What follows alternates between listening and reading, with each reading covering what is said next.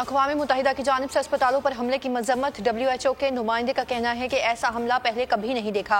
अस्पताल और अमले को निशाना बनाया जा रहा है। हमास ने गजा में अस्पताल पर हमले का जिम्मेदार अमरीका को करार दे दिया। इस्माइल हनिया का आलमी बरादरी से हमला रुकवाने का मुतालिबा। कहा इसराइल फ़लस्तीनियों की नस्लकुशी कर रहा है। अस्पताल पर हमला फ़लस्तीनियों के कत्ल के मुतरादिफ है। दुनिया भर के मुसलमान इसराइली जारहियत के खिलाफ निकले।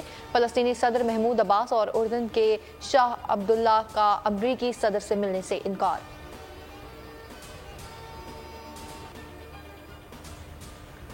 गजा की पट्टी की नाकाबंदी खत्म की जाए। अरब अमन इनिशिएटिव के तहत अमन मंसूबा हुकूमत तस्लीम किया जाए। गजा में खुराक अद्वियात की फराहमी को यकीनी बनाया जाए। इसराइली जारहियत को रोकने के लिए इकदाम किए जाएं। कॉन्फ्रेंस का एलामिया जारी।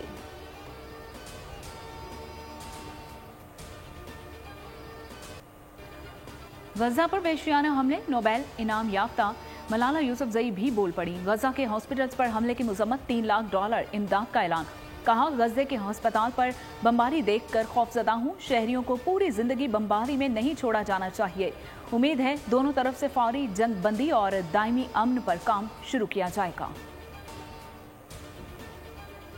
हमास का ऑपरेशन तूफान अलक्सा, हलाक इसराइलियों की तादाद 1400 हो गई। 299 इसराइली फौजी भी मारे गए। हमलों में 30 अमरीकी, 4 चीनी शहरी मारे गए।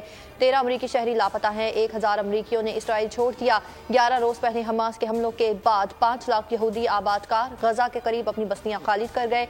हमास के रहनुमा खालिद मिशाल ने कहा यरगमालियों की रिहाई के लिए इसराइल को 6000 फलस्तीनी कैदियों को रिहा करना होगा।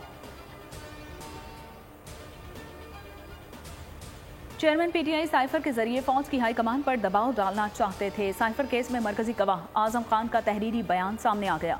बयान की कॉपी बोल न्यूज ने हासिल कर ली। बयान के मुताबिक चेयरमैन ने साइफर की कॉपी हासिल की और बाद में कहा कि कॉपी गुम हो गई है।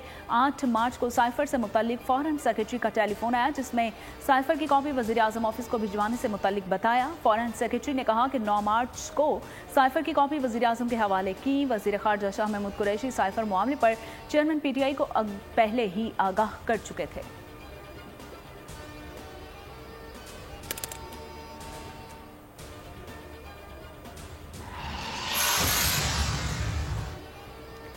आजम खान के बाद फॉरेन सेक्रेटरी असद मजीद भी चेयरमैन पीटीआई के खिलाफ गवाह बन गए। साइफर मामले ने पाकिस्तान के कम्युनिकेशन सिस्टम को नुकसान पहुंचाया। 7 मार्च से आज तक साबिक वज़ीर आज़म ने ना कभी मिला ना ही बात की। Assistant secretary US department Donald Lu को 7 मार्च को मदऊ किया। पाकिस्तान हाउस वाशिंगटन में मुलाकात हुई।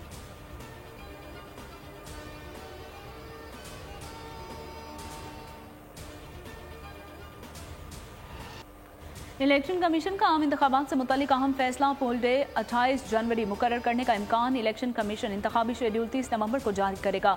हतमी हल्काबंदियों के साथ ही इंतखाबात का शेड्यूल जारी किया जाएगा।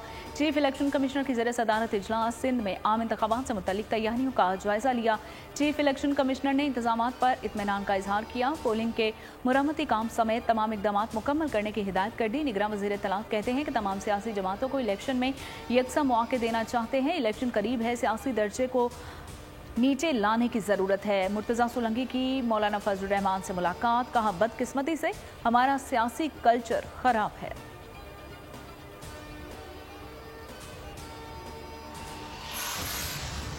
लेवल प्लेइंग फील्ड मुतालबे के बाद मौलाना फजल रहमान ने आगे बढ़ने का फार्मूला बता दिया। कहा सियासी जमातों को एक दूसरे के लिए गुंजाइश पैदा करनी होगी।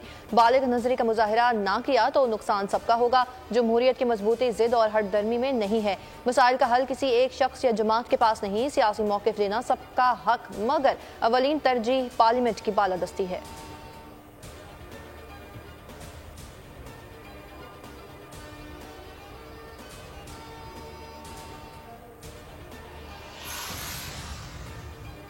इक्कीस अक्टूबर पाकिस्तानियों के लिए नवीद सहर है और नवाज शरीफ की क़यादत में आवाम की उम्मीदों को फिर पूरा करेंगे। मुल्क के मसाइल से निजात दिलाएंगे और शहबाज शरीफ की ज़ेर सदारत अहम इजलास। मरीम नवाज और हमजा शहबाज भी शरीक। सनतकारों से मुलाकात में मरीम नवाज ने कहा कि नवाज शरीफ मैसाके मईशत को ताबीर देगा, इदारों की फिर से तामीर करेगा।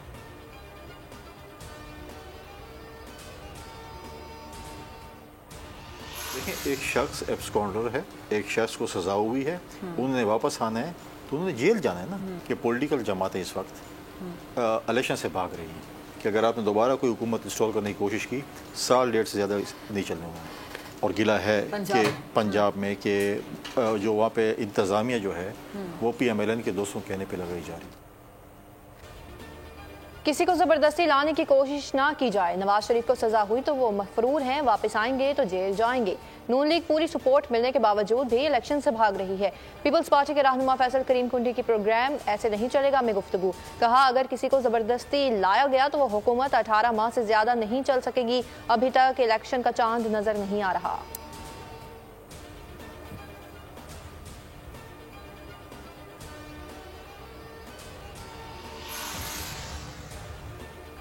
इस्तेहकाम में पाकिस्तान पार्टी की बड़ी बैठक आज तलब। सदारत जहांगीर तरीन और अलीम खान करेंगे। आइंदा इंतखाबात की तैयारियों के लिए अहम फैसले होंगे और मजीद सियासी रहनुमाओं की पार्टी में शमूलियत भी ज़ेर गौर आएगी। पंजाब भर में पार्टी जलसों के शेड्यूल की भी मंजूरी दी जाएगी।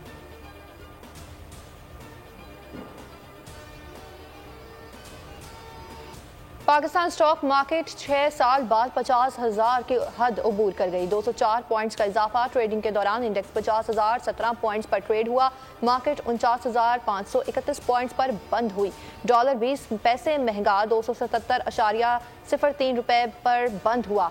मलिक बोस्तान कहते हैं कि आवाम और एक्सपोर्टर्स बड़ी तादाद में डॉलर बेच रहे हैं। अमरीकी करेंसी 250 रुपए तक नीचे आएगी।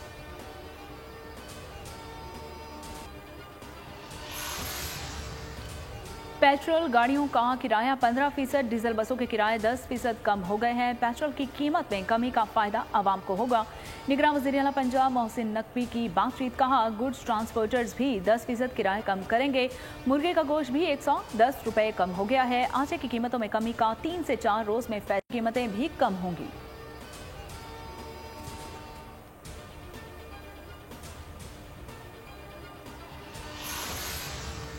कराची में police in action. Defence Khayaban Abbasi और ईदगाह के इलाके में मुबैना पुलिस मुकाबले। 3 डाकू मारे गए, 2 गिरफ्तार। फायरिंग की जद में आकर शहरी जख्मी। पुलिस के मुताबिक शहरी को पांव पर गोली लगी। मुलजिमान ईदगाह के इलाके में शहरी से लूट मार करके फरार हो रहे थे।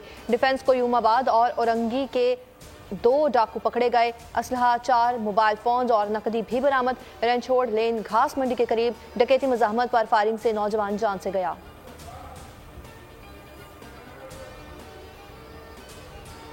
सानिया कारसाज। पाकिस्तान की तारीख में स्याह तरीन दिन जब साबिक वज़ीर आज़म बेनज़ीर भुट्टो जलावतनी के बाद पाकिस्तान पहुंचे तो दहशत गर्दों ने पाक सरजमीन को लहू लहू कर दिया।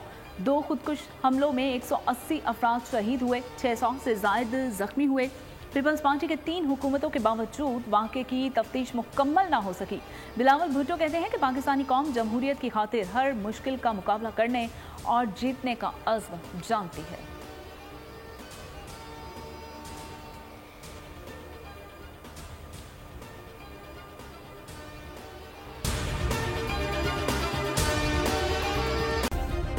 सब्सक्राइब करें और बेल दबाएं ताकि कोई खबर रह न जाए।